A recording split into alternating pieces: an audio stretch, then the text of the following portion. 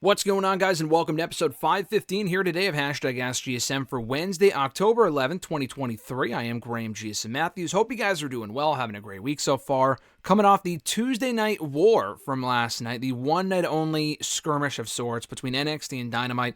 I caught the first hour of both shows live, attempted to watch both simultaneously. A tough task. I don't do it often. I don't really do it at all nowadays, but during the original NXT, NXT Dynamite war, so to speak, back in 2019, 2020, 2021, I think I may have done that all of once, maybe twice. I think I did it in the first few weeks of NXT and Dynamite going head-to-head. Beyond that, I never watched the shows at the same time. It's just too difficult, but I was on a bit of a time crunch last night, watched the first hour back-to-back, caught up in NXT when I got back late last night, and then finished Dynamite this morning. So, two really fun shows. We'll get into it here, but first, if you want to send in a question to the show, you can do so by tweeting me on the Twitter machine at WrestleRant with the hashtag AskGSM. Find me on Facebook at facebook.com/Graham.GSM.Matthews. Drop a comment on the post I usually put up on Tuesday nights, if not in the wall itself. And last but certainly not least, drop your question down below in the comment section on this very video. I'll include your question in next week's edition. Getting right into it here, Micah does it from YouTube. Their first question was, if CM Punk does return at Survivor Series, do you think we will get an AJ Lee return to the Royal Rumble and a match at Mania?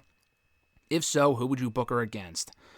No, I don't. The Punk stuff we'll get into a little bit more, maybe not here. I'm not sure if anyone asked a question about Punk, but there was an update on Punk earlier today, basically saying from Meltzer that WWE said no. That's a complete 180 from what came out a week ago. There's been a lot of Punk news from a lot of Punk sources. The BWE Twitter account, I don't find that credible. I don't want to say 0%, but it seems like the Sean Ross Sapps and even the Dave Meltzers of the wrestling media landscape are far more credible than whatever this fucking BWE character is. But they had said a week ago, oh, they got an agenda, they want Punk, they want him for Survivor Series, it's a safe bet. I think House of Wrestling said that as well. And then it came out a couple days later from Fightful, from Sean Ross Sapp. And I'm just going over this quickly. This wasn't really your question, but in a bit of an update, because I just saw this morning. Fightful had said that no, there are no active negotiations with Punk. Not that it won't happen, but they're currently not talking to Punk.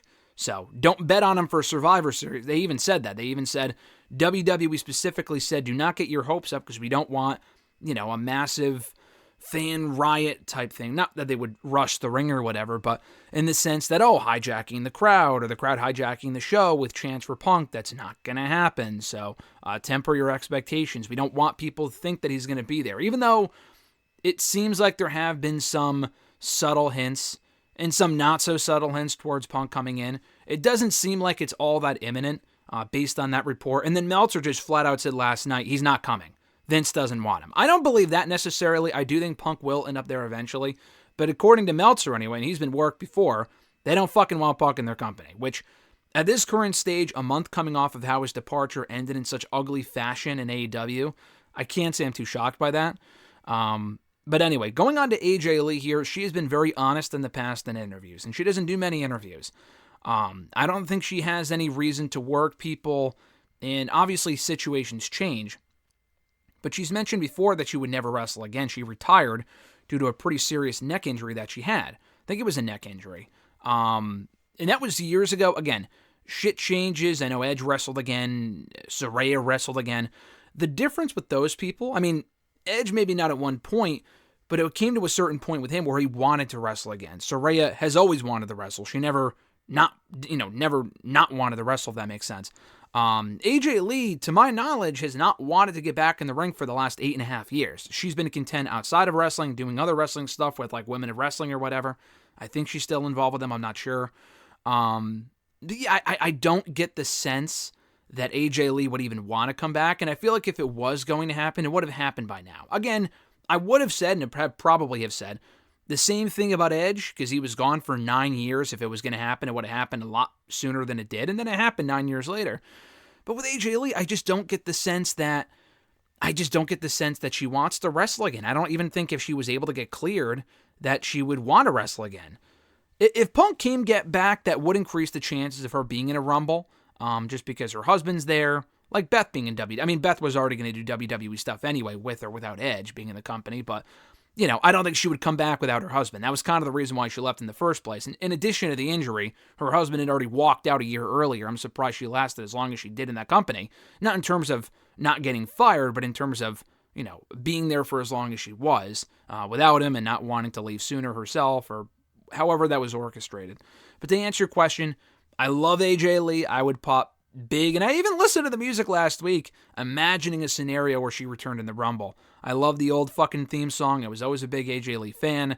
We got to temper our expectations here. I don't think it's ever going to happen. I think that's a dream fantasy booking scenario at this point. If she was to wrestle in an alternate universe where she was cleared and she wanted to come back, what would she do at WrestleMania? I mean, I don't think we would get a full-on AJ Lee run. Again, I'm not even really sure if that's something that she's interested in. Would she be a nice addition to the roster? Sure. The thing with AJ Lee was that she was never she was a very good worker for that time. If she was to come in now, she would still fit in, but I just feel like the division is so much different than it was even 10 years ago when she was last here. Where, she worked with the Paiges and people like that, but I feel like the Beckys and the Baileys and even the Charlottes would be better in the ring than she was 10 years ago. She was the best of a bunch of women at that point that were not very good. And at that point, we had the Bellas, we had the fucking Total Divas crew. Early on in 2010, 2011, Caitlyn, who improved, but there weren't a lot of great women's wrestlers around that point. Which is why NXT and the women that came up from that were such a breath of fresh air. I just don't see like her against Becky or Charlotte being like a dream match. 2 matches to me would make sense. I know her and Bayley are very close, or at least at one point were close. An AJ Lee Bayley match, and they did have a match actually 10 years ago on NXT when AJ Lee was the Divas champion. I don't think it was for the belt, but AJ Lee did one of those things, kind of like what we're seeing now in NXT actually, funnily enough, times a flat circle, where she came to NXT for a one-off, worked with Bayley in one of Bayley's first televised matches when she was still doing the hugger gimmick. Didn't put her over, obviously, because why would she? She was the Divas champion at that point, was AJ. But they had a match, and it was a good match, and it was cool, and she kind of gave her the rub just by being in the ring with her. So revisiting that 10, 11 years later with where Bayley is now would be pretty cool. The first name that came to mind when you mentioned her, though, was Roxanne Perez. I know she and Cora Jade were massive AJ Lee fans. They've talked about this before. I think they've both have met her. I know they've both interacted with her on Twitter. I know Cora Jade has met her. I know she met her at a book signing years ago, like right before she retired, I think. Roxanne Perez, I believe, met her as well. But AJ Lee was a big influence in them getting into wrestling. I mean, it's wild to say because, I was watching AJ when she was in the ring 10 years ago, and I'm only 28 years old, and they were far younger than I am. But, like, the fact that they were also watching as, 11, 12-year-olds when she was in the ring, and they got her in the ring, they got her, or rather, she got them into pro wrestling is pretty crazy. So, again, telling that story would be pretty cool, too. They kind of told a similar story with Cora Jade and Natalya on NXT a year ago. I don't give a fuck about Natalya. It was a cool story to tell. I don't give a shit about Natalya, but I feel like it'd be a lot cooler if AJ Lee came in. It'd be a great way to put over a Cora Jade or a Roxanne Perez if they're on the main roster at that point. And WWE doesn't typically do non-title women's matches at WrestleMania, although they should. For AJ Lee, they probably wouldn't. She's not that big of a name, although it would be cool, again, in a fantasy booking scenario. Your second question, speaking of Bayley is only one of the four, the only one of the 4 horsewomen to not main event a WrestleMania. Do you think she will do this? And if so, who would be her opponent? No, I don't, but I just feel like Bayley's great. I've always been a big Bayley fan. I just feel like the time to do it would have been a couple years ago with her and Sasha. And I feel like if she were ever to main event a WrestleMania, it would be with Sasha. I know it's a match at this point we've seen a million times in NXT, on Raw, on SmackDown. I don't know, but I feel like if Sasha were to come back, which at some point I feel like she will, down the road, may not be imminent, revisiting her and Bayley one more time, but we never got it at WrestleMania. It would have to be at WrestleMania. And it might be a great attraction for Mania. The time to do it in the main event would have been a few years ago in 2020, 2021. They missed their window at that. But that to me would be the perfect Mania match for Bayley. Like her and Becky again, her and Charlotte to me are not WrestleMania main event matches. Her and Sasha one more time, I don't know when that would be, but that to me would be a great WrestleMania main event because they've deserved it for a decade now. And his third question, last week I asked you to book an invasion angle with wrestlers leaving AEW and going to WWE. You seemed excited to answer for the opposite, and I want to hear your answers. So in an invasion angle, who would you book to go from WWE to AEW? I think I answered this. I think I talked about this when I first answered your question because I thought it was this question, if that makes sense. You were actually asking me, like you said, wrestlers leaving AEW going to WWE. I thought it was the opposite. And I think I said when I answered your question, I would do like, if it's leaving WWE to go to AEW, like kind of like when AJ and the club came in, or the Radicals back in 2000, like they left WCW. They quote unquote invaded, but they were also signed to WWE. If that were to happen, like I don't see Roman Reigns and the Usos and Solo Sikoa going to AEW full time, obviously. If they were still working for WWE and they invaded that way, that would be pretty cool. If we're talking about wrestlers leaving WWE to go to AEW, Finn Balor and AJ Styles would be the two obvious ones. I just feel like they have the Bullet Club ties. We haven't seen them in AEW yet. I could certainly see them in AEW at some point. I don't know if they would ever go there. It seems like AJ's content ending his career in WWE. I just feel like it's a missed opportunity. They're not doing a whole lot with them. I mean, I guess they are currently with the Roman Reigns thing, but beyond that, they haven't done shit with AJ in forever. So that, him and Balor would make sense. If you wanted like a third man, like the NWO type thing, I just feel like Randy Orton. I think I said that last week. Randy Orton would be fucking cool. He's done it all in WWE. He's never leaving WWE. He's content with the money. Why would he ever leave? I know you could say the same thing with Edge, but Edge was a part-timer. Orton's not. Maybe when he becomes a part-timer, maybe as soon as he comes back, he might not be a full-timer anymore. And Orton, Balor, and I mean, I don't know how great the chemistry would be there between those three, but Balor and AJ are already familiar with a lot of people in AEW. I would complete the Bullet Club trio by putting in Cody Rhodes, but we've already seen Cody Rhodes in AEW. He just came back to WWE. I do not want Cody Rhodes back in AEW. If this is like 5 years down the road, I don't know if AJ Styles will even be wrestling by then. That would be cool. Cody, AJ, Finn, like Cody's kind of fulfilled his time in WWE, back to where the company that he started in AEW. That would be cool. If not Cody, then Randy Orton, just because, again, Balor and AJ already have ties to a lot of people there. Orton does not. I mean, obviously, Orton has ties to like Edge and Jericho and people like that. But in terms of being outside of WWE, he's never done that before. Balor and Styles have. Orton is not. So him being in AEW would be fucking surreal. A lot like with Edge, but I just feel like Orton's an even bigger star than Edge. So that would just be surreal. And I know it almost happened. Not almost happened, but people were thinking about that 4 years ago when his contract was up in WWE and even played up the possibility of going to AEW. Obviously, that was never going to fucking happen. And he only said that to get more money out of WWE. And it worked. Anyway, No L from Facebook. Do you see The Rock's daughter joining Roman Reigns' group? No, I don't. I know they teased that in NXT last night in a backstage segment with Roman Reigns talking to Ava. Ava Raine, formerly of Schism, that group, just a fucking terrible group. They broke up. She's just not good yet. I know she's been there for a few years. She's had a lot of knee surgeries. She's been on TV for about a year now, almost exactly. She's only had a handful of matches, and she's still very, very green. I don't really see the potential there personally.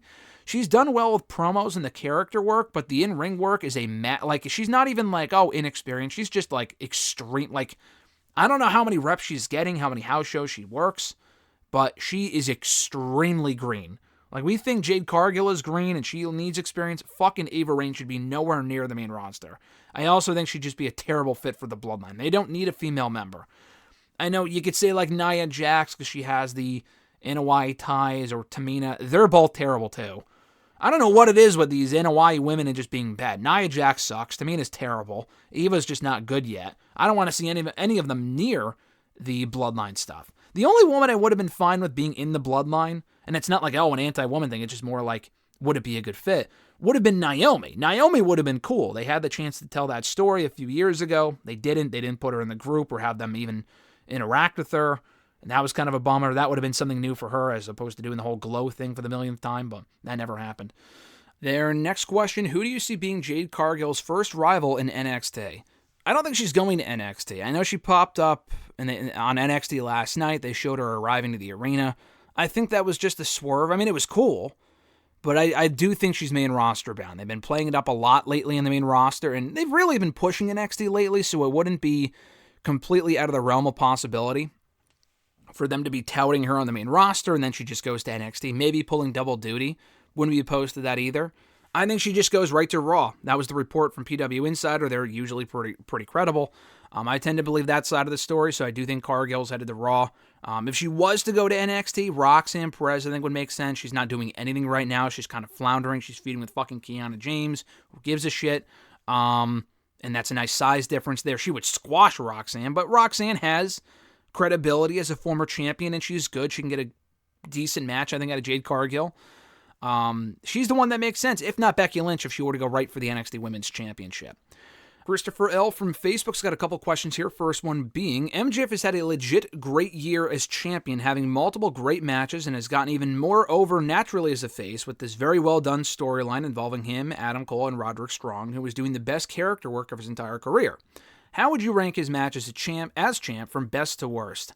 I had to go back and think of all the matches MJF has had as champion. So, to my knowledge, he's had, 7 title matches, I believe. Maybe there was another one I'm not thinking of, but I think there have been 7 so far in the last year. As far as, 7 championship world title defenses. The number one, which we'll talk about in a second, the Danielson. I mean, how is that not number one? Him and Bryan Danielson from Revolution was by far the best defense he's had during this run. His second best is debatable. I think you can interchange Adam Cole and Samoa Joe. I really enjoyed both of those matches. The Cole one from All In, the Joe one from Grand Slam. I just think the Cole one was better because it was in a bigger environment in Wembley Stadium. It wasn't like the instant classic people thought it would be, but it was still a great match. It could have gone either way. A lot of suspenseful near falls because it could have gone either way. And they stayed on the same page. No heel turn, but still a really fun match. A lot of shenanigans, but that was actually fine in that matchup, given the story they were telling. So I would have to go Adam Cole 2, Samoa Joe 3. The Samoa Joe won a Grand Slam last month, a couple weeks ago. Was really, really good. One of Joe's best matches in years. That was great. And then from there, it's kind of interchangeable with the rest. So the other 4 ones I counted were the 4-way from Double or Nothing with Darby Allin, Sammy, and Jack Perry. Ricky Starks from Winter's Coming last year, the Tanahashi match from Forbidden Door, and Ethan Page from a Random Collision. The Ethan Page one is so it was a good match, but it was like a house show match, and it was very forgettable, so I would probably put that at the bottom. No one even remembers that. It was that one Random Collision in Canada a few months ago. So the other 3, I would probably put the 4-way first of those 3. From Double or Nothing, a very predictable outcome, but a really fun match. Cool to see the 4 quote-unquote pillars of AEW in there together. The Ricky Starks one after that, a really fun match as well from Winter's Coming last year. Again, the outcome was never in doubt, but a really good match and a strong showing from Starks. And the Tanahashi match was good. Disappointing, though. It was kind of a basic match. I think that was more on Tanahashi than it was MJF. Tanahashi's just not washed at this point, but he's a lot older. I still like watching him work, but he's clearly not the same performer that he was even 5 years ago. And the Page match, I remember that match more than the Page match. So my official ranking from best to worst, or you said from worst to best, but from best to worst for me, the Danielson match number 1 from Revolution earlier this year, Adam Cole from All In, Samoa Joe from Grand Slam, the 4-way from Double or Nothing, Ricky Starks from Winter's Coming last year, Tanahashi from Forbidden Door, and Ethan Page from that Random Collision a few months ago. Their next question, buy, sell, or rent on the best Iron Man match, TJP versus Josh Alexander, MJF versus Bryan Danielson, and Brock Lesnar versus Kurt Angle. What are your picks? Man, that's tough. I got to sell on Josh Alexander and TJP, first of all. Just because the other 2 matches are just so much better, I think. I enjoyed TJP and Josh Alexander. They had a great match. What was it, a year ago on Impact? I mean, the other 2 matches were far more seen than that one. Not that necessarily makes it better, but the other 2 will be remembered far more than that one. So that easily is going to be the sell. I don't know if I've ever... I'm sure I have seen Brock and Kurt full length. I'm pretty sure I have. I don't remember. I mean, my initial instinct is to say MJF and Danielson, and I will. I think I might have to put that over Brock and Kurt, just because Brock and Kurt had commercials. Danielson and MJF didn't. So I think I have to go MJF and Danielson. They just filled that time so well. No commercials, main event of a pay-per-view, overtime. It was compelling. I almost thought Danielson was going to win. And going into it, I had no inclination of thinking that he was taking that title. I think I got to go that one by, and then rent on Lesnar and Kurt, and then sell on Josh and TJP. Their next question, what is the best and worst Impact Wrestling storyline in recent memory? While I can't name many great ones, I enjoyed Josh Alexander's rise to the World Championship and the feud with Mickie James and Deonna Purrazzo ones I thoroughly enjoyed watching. While anything involving Honor No More I absolutely hated, since they were all over the shows and they were just another of the 1,000 attempts at rehashing the NWO minus the charisma, and Eddie Edwards feeling miscast and forced as a heel, which I still feel he is. What are your opinions of the best and worst modern-day storylines for Impact? You know, it's funny, I kind of feel the same way. I've really, really liked Impact the last couple of years. But I think I just like it, not the only reason, but a big reason is the consistency. It's just thoroughly entertaining. At the same time, though, you mentioned you can't remember many great ones. I can't remember many bad ones either. With Impact, I can always expect a consistently quality show. A consistent quality show. They don't have any terrible storylines, but they also don't have many like blockbuster must-see storylines either. The ones that you mentioned were great. I agree. Were they like among the best storylines in the last 10 years? I mean, I don't know. It's hard to say. Some of the Impact stuff they were doing years ago was fucking awful. I think Impact a few years ago, maybe not 5 years ago, but like 8-10 years ago, they were doing more bad stuff than great stuff. Like Aces and like it's funny because I think back to like 10, 11 years ago, that Aces and 8 shit was fucking awful. One of the worst storylines they've probably have ever done. But at the same time, one of the best storylines they've ever done, Bobby Roode and James Storm. Great storyline that lasted a year, blew off at Bound for Glory. That's my favorite feud in Impact history. Favorite feud by far. In the last couple of years, there's been a lot of fun stuff. Like, I like the Omega stuff. It didn't really live up to the hype, though. It was interesting. It made Impact interesting. The problem was that it came at a time where there were no fans, really. And then Christian took the championship before Omega could lose it to an Impact talent, so that was kind of weird. Christian being back in Impact as champion, that was cool. So probably the Omega AEW Impact crossover, although it never really lived up to its full potential. It was still fun while it lasted. I like the Honor No More stuff personally. It wasn't amazing, but it was weirdly booked at times. I like the Honor No More stuff personally. My favorite storyline, no, but I liked it.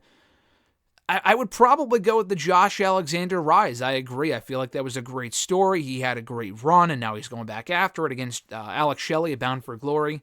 Mickie James and Deonna had a very good storyline in late 2021. So I feel like late 2021 to like mid 2022, Impact had just incredible content. I mean, they're still very good now. I enjoyed the product. I was just at Impact 1000 in New York, and they had a great show.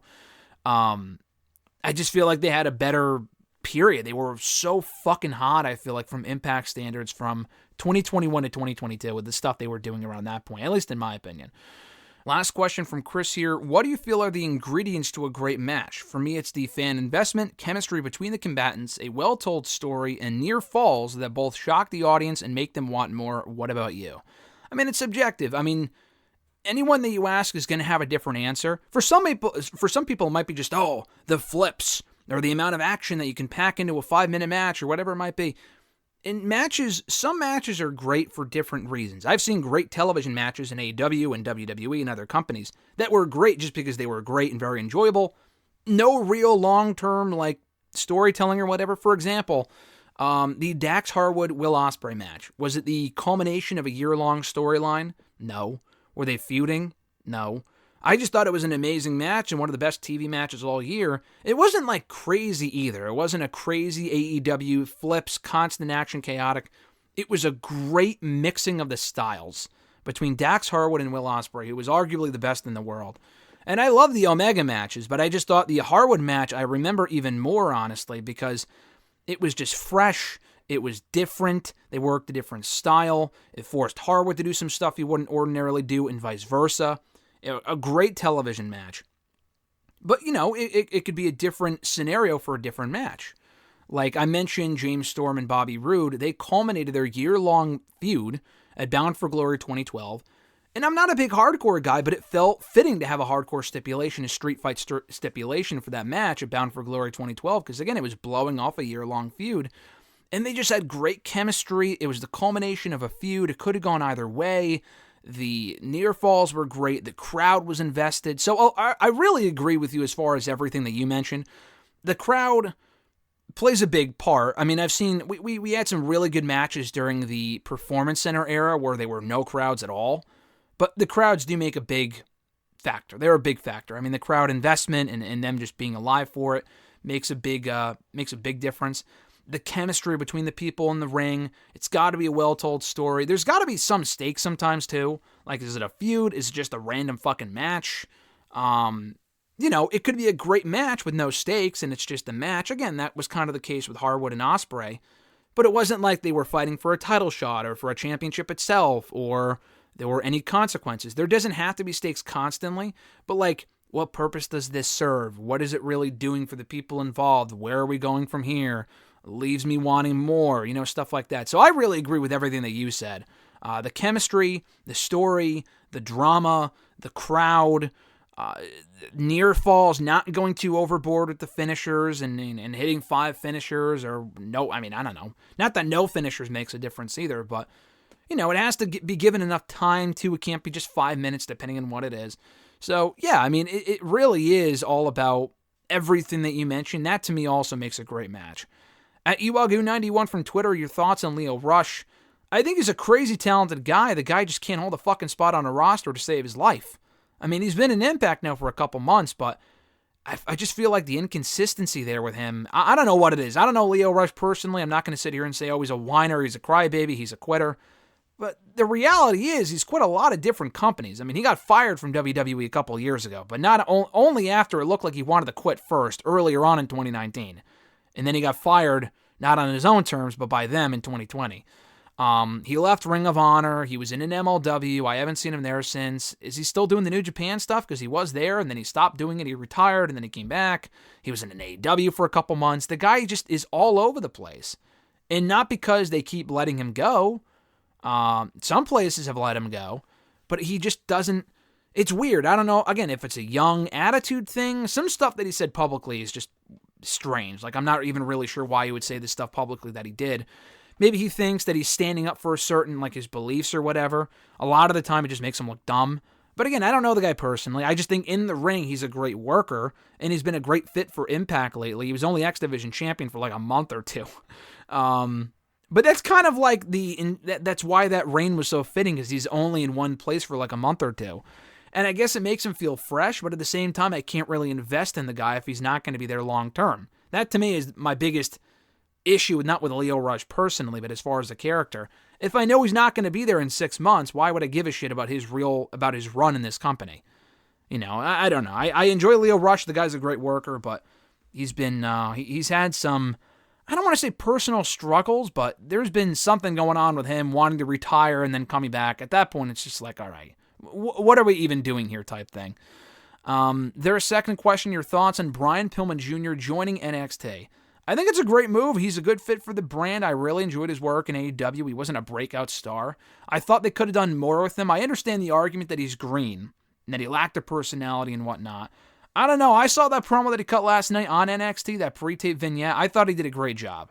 Now listen, the name sucks. I understand why he's going with Lexis King. He even said it last night during the vignette. Didn't mention the Lexis part, but he just said that I'm going by King, the man who actually raised me. My father died 24 years ago or whatever. 25 years ago, whatever it was. And, I'm not going to go by that name because I'm not my father. I'm my own man. That's a great story to tell. The last name of King makes sense. I'm not sure why he wouldn't use the name because it's, Brian Pillman Jr., but he doesn't want to be a junior. Okay. I'm not sold on Lexis as the first name. And again, I understand it's a nod to his two sisters. I think Alexis or something like that was the name of his sister who passed away. That's a nice sentiment and all, but I don't think they'll say that on the show. And even if they did, the name Lexis King, I don't know. To me, just on paper, I would probably just get used to it, obviously. It just sounds dumb. The last name of King is fine. The first name I'm not sold on. They can come up with like Alex or something. I don't know. There's other variants of Alexis or just Lex King. That sounds cool. Maybe they'll change it. I don't know. But I think he's a great fit for NXT.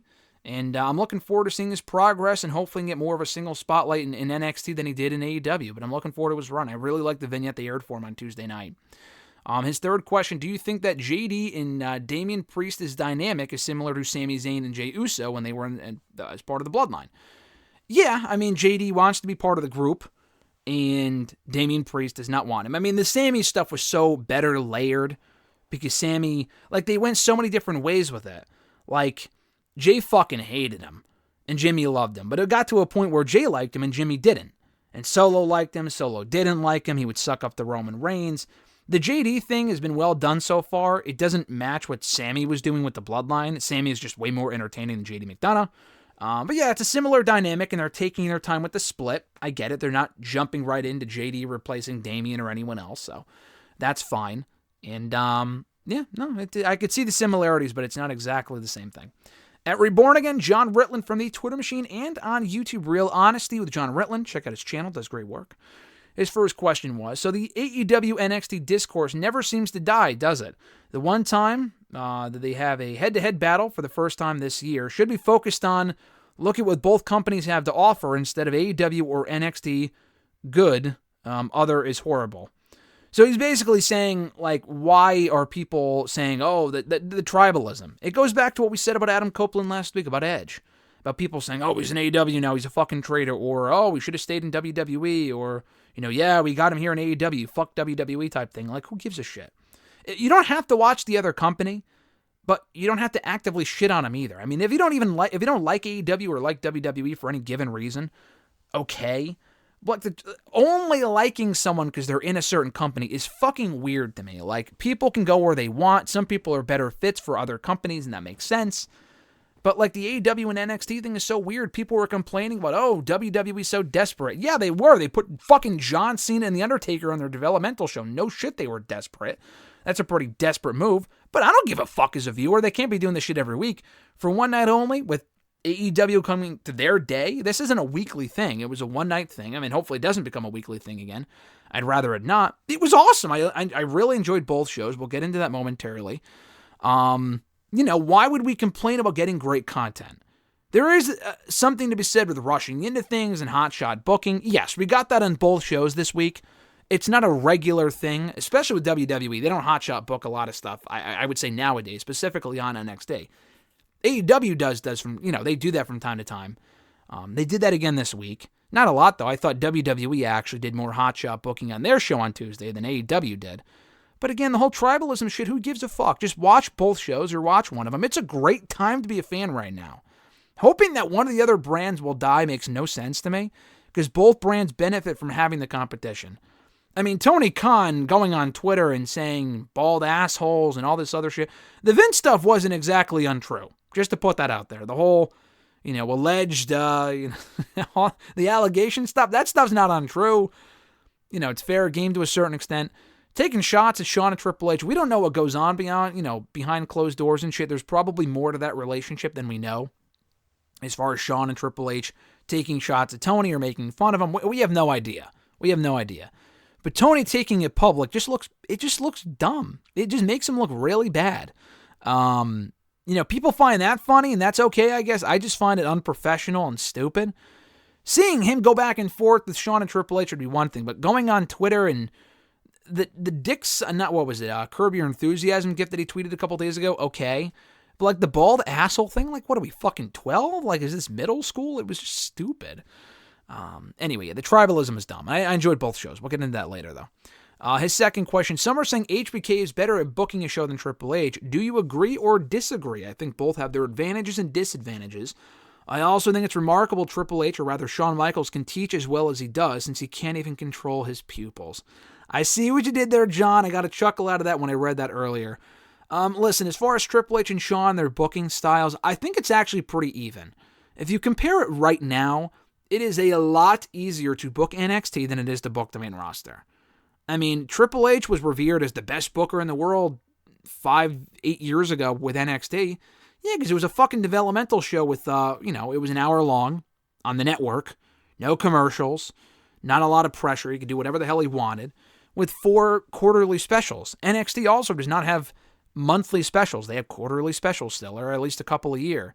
And they don't have to deal with, they only have one brand. They don't have Raw and SmackDown and having sponsors and commercials. I mean, they have commercials, but it's just a far different beast. NXT is a far different show than Raw and SmackDown. Sometimes with Raw and SmackDown, you have to change and adjust your booking styles. With more backstage stuff, more vignettes, you have a lot of people coming in at once, more injuries. They have the main roster shows, and people get...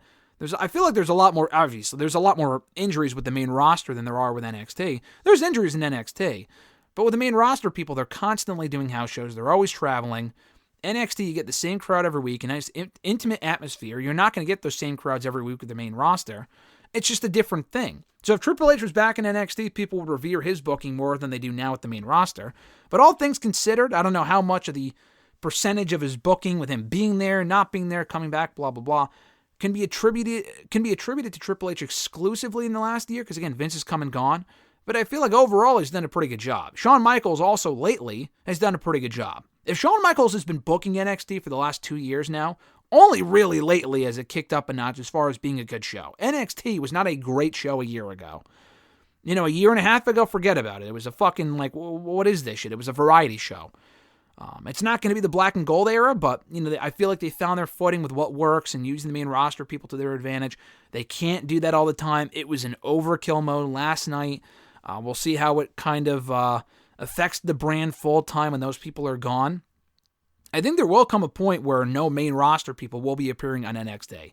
It might just be the Baron Corbins and people having runs there, like it was a year ago. I don't think we're going to get people from Raw and SmackDown there every week forever. I feel like they're just doing that right now just to appease to the people whoever might buy NXT and put it on their network, like USA or Amazon or whatever. After that, they might not give a shit. Who knows? But so far it's worked, and I feel like both booking styles are pretty even. And you could say what you want about Triple H. He's dropped the ball at the women's division. I agree on the main roster in the last year. He's done a decently better job lately. But again, in NXT, he had the best women's division. He was booking it. He could do no wrong, blah, blah, blah. So it's just a different beast with the main roster, and it's hard to compare, but I feel like it's pretty even, all things considered. Next question, also from John. Do you think we could see a somewhat mass exodus of talent from AEW during the next early part of next year? If so, who and why? I don't.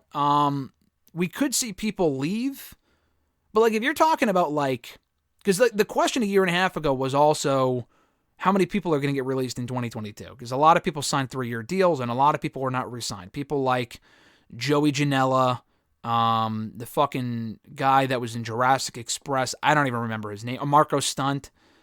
I just saw, what was his name? Zach Clayton leave AEW. You might not even know the name, but he was on Dark a lot. They have a lot of people on their roster. I feel like there's a better chance of people not getting re-signed than it is just of people leaving. Yeah, Cody and Jade left on their own when their contracts were up and went to WWE. I think a lot of people thought at that point, oh, Cody left. It's the beginning of the end for AEW, and a lot of people are going to jump ship.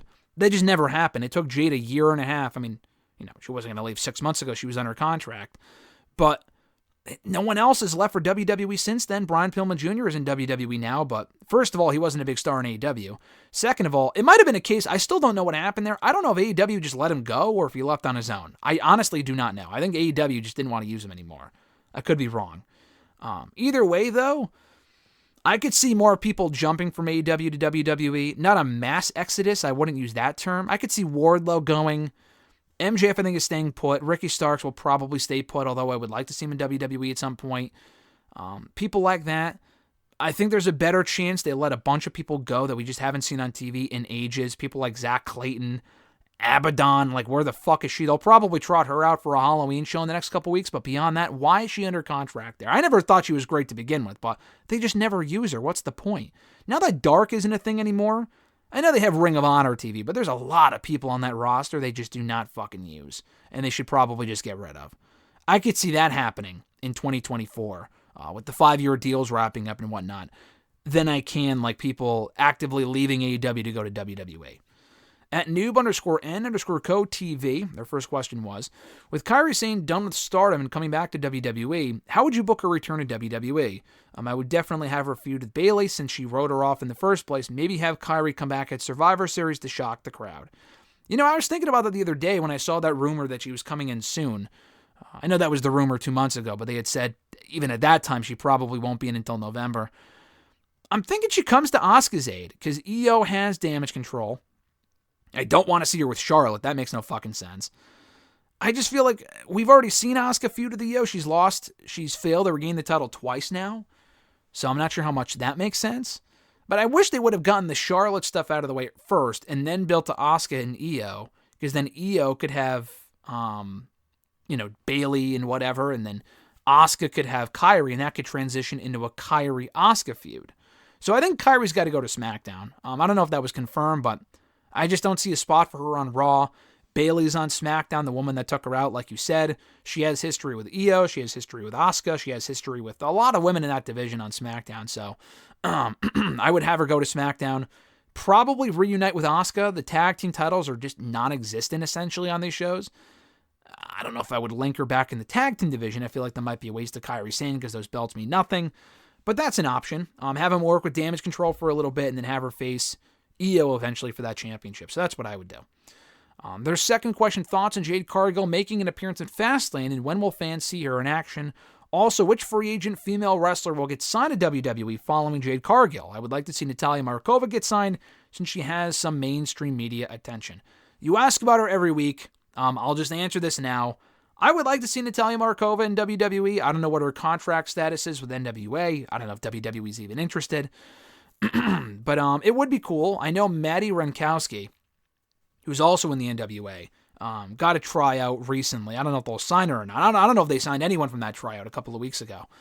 I feel like she might be a fine fit for their developmental system. She's a good worker. She's improved in the last couple of years, so I would like to see her get a shot. And Natalia Markova would be a good fit for that system as well. She's not like the most seasoned performer, but, she's gotten better, and she's Jade, where she's like Jade Cargill, where they're probably not putting Jade in NXT, but I feel like Natalia in NXT would be a good fit. They kind of already have someone like her in Tiffany, but once Tiffany moves up, maybe they can bring her in. I don't know.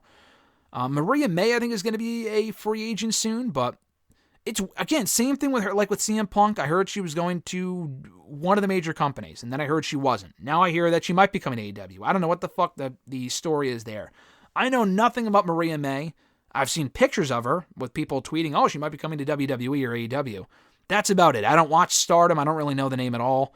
But if they bring her into AEW to work with Toni Storm as like her understudy, because she has blonde hair too, and not that they're identical, but that would be a good use of her in AEW. You mentioned WWE. I really don't know who's a free agent that could come to WWE.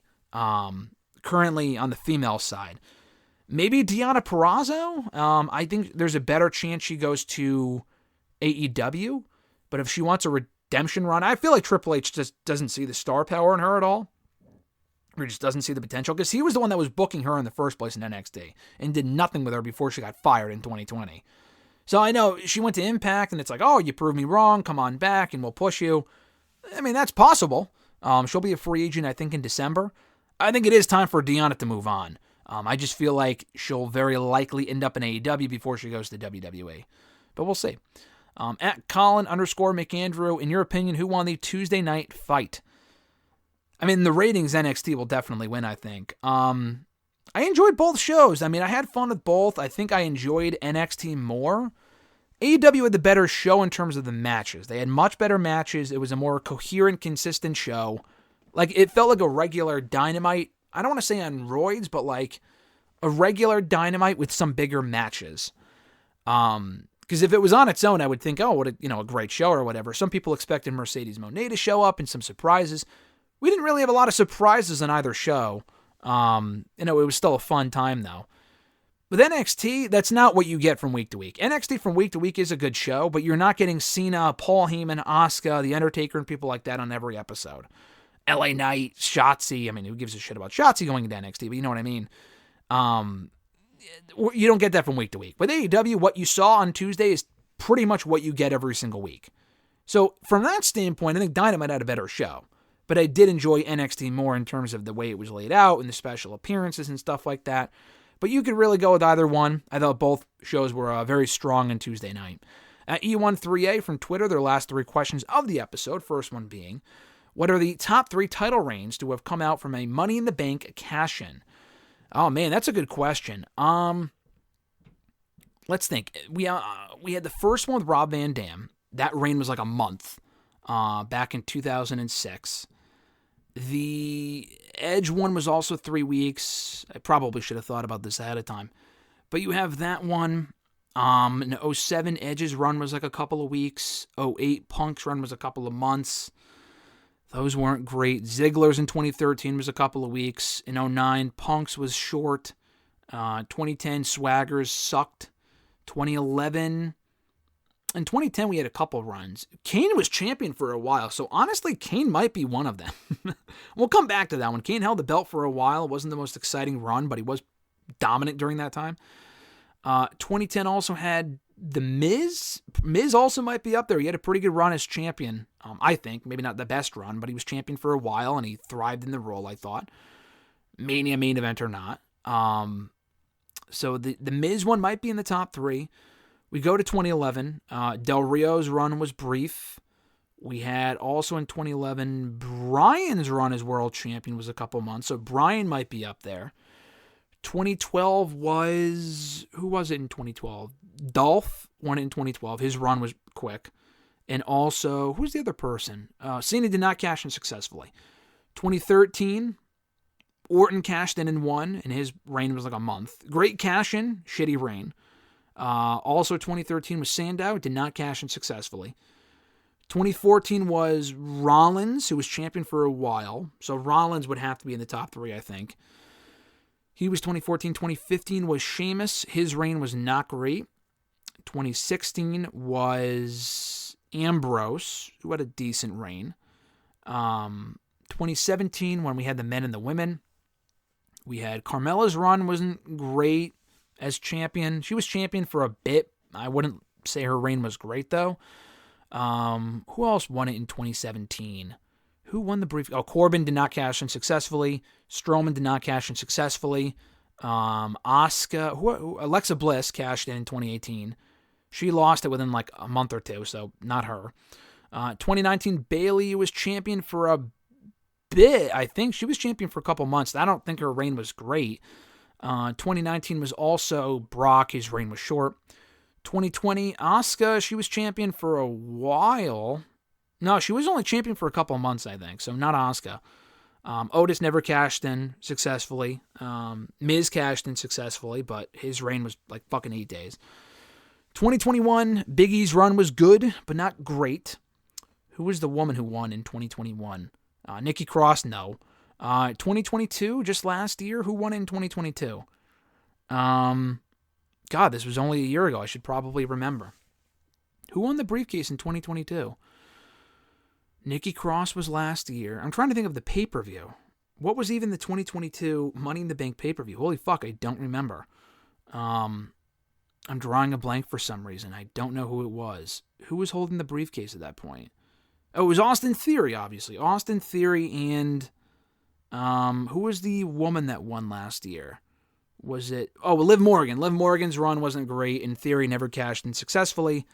And then Io cashed in so far, and the other person, Damian Priest, is not. So, overall, not a lot of great runs have stemmed from the Money in the Bank cash-ins. Top 3, I would probably say Miz in 2010, 2011. Rollins, 2014, through 2015, whenever he won it in 2014, cashed in 2015, was champion for a while. So Miz, Rollins, and Bryan, maybe? Bryan won it in 2011. Who were some of the other people I mentioned? Bryan. No one before that. Certainly no one before that. 2012, maybe Ambrose. Even Ambrose's run wasn't great. Big E's run was all right. I don't think I would go with any of the women in that spot. I don't think any of the women's reigns were great.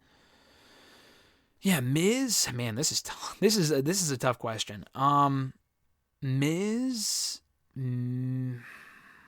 Rollins, and probably Ambrose. Ambrose, because he was booked pretty strong during that period. Didn't have a great run, but it was only like 3 months. But he was booked well, like better than Punk was in 2008. So Ambrose, Miz, and Rollins. I think that's my final answer. Because like, who won it in 2015 against Sheamus? No. Ambrose, okay. 2017, no. And none of the reigns in the last couple of years were great. So, yeah, it would probably be that. Big E, honorable mention. Bailey, 2019, honorable mention, maybe. I don't even really remember her run. So probably the 3 people I mentioned. Sorry for the long answer. Do you know anything about AEW Fight Forever was their second question. I mean, do I know anything about it? I mean, no shit, I know it exists. I mean, I see that people have tweeted about it. No one talks about it lately because the game kind of came and went. Didn't have a lot of staying power. I will get it at some point, I think. I didn't want to buy it when it was $60. I'll probably get it discounted or something, maybe for Christmas or whatever, just to have it. I'll give it a shot. It looked cool. I followed all the updates as far as what it was like and the gameplay and shit like that. It seemed pretty simple. And that's cool. That's fun. It didn't really seem like a game you would play on end for weeks and months, ad nauseum, but, seemed fun enough. And the last question, how do you feel about the concept of brand loyalty? As far as, staying true to Raw or staying true to SmackDown from a superstar standpoint, is that what you mean?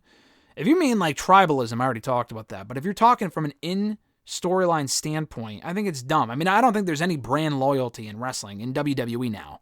I mean, even if there was 15 years ago, I don't even really know why there would be, but nowadays there's none because people go from brand to brand anyway. There's no real difference between the 2 shows aside from 2 versus 3 hours. The whole brand warfare shit, on paper it seems cool, but it just never made a whole lot of sense because it was just, people were always getting drafted to one show or another. The people that never left their respective show, people like Shawn Michaels and Taker. Shawn Michaels was always on Raw. Taker, for the most part, was always on SmackDown.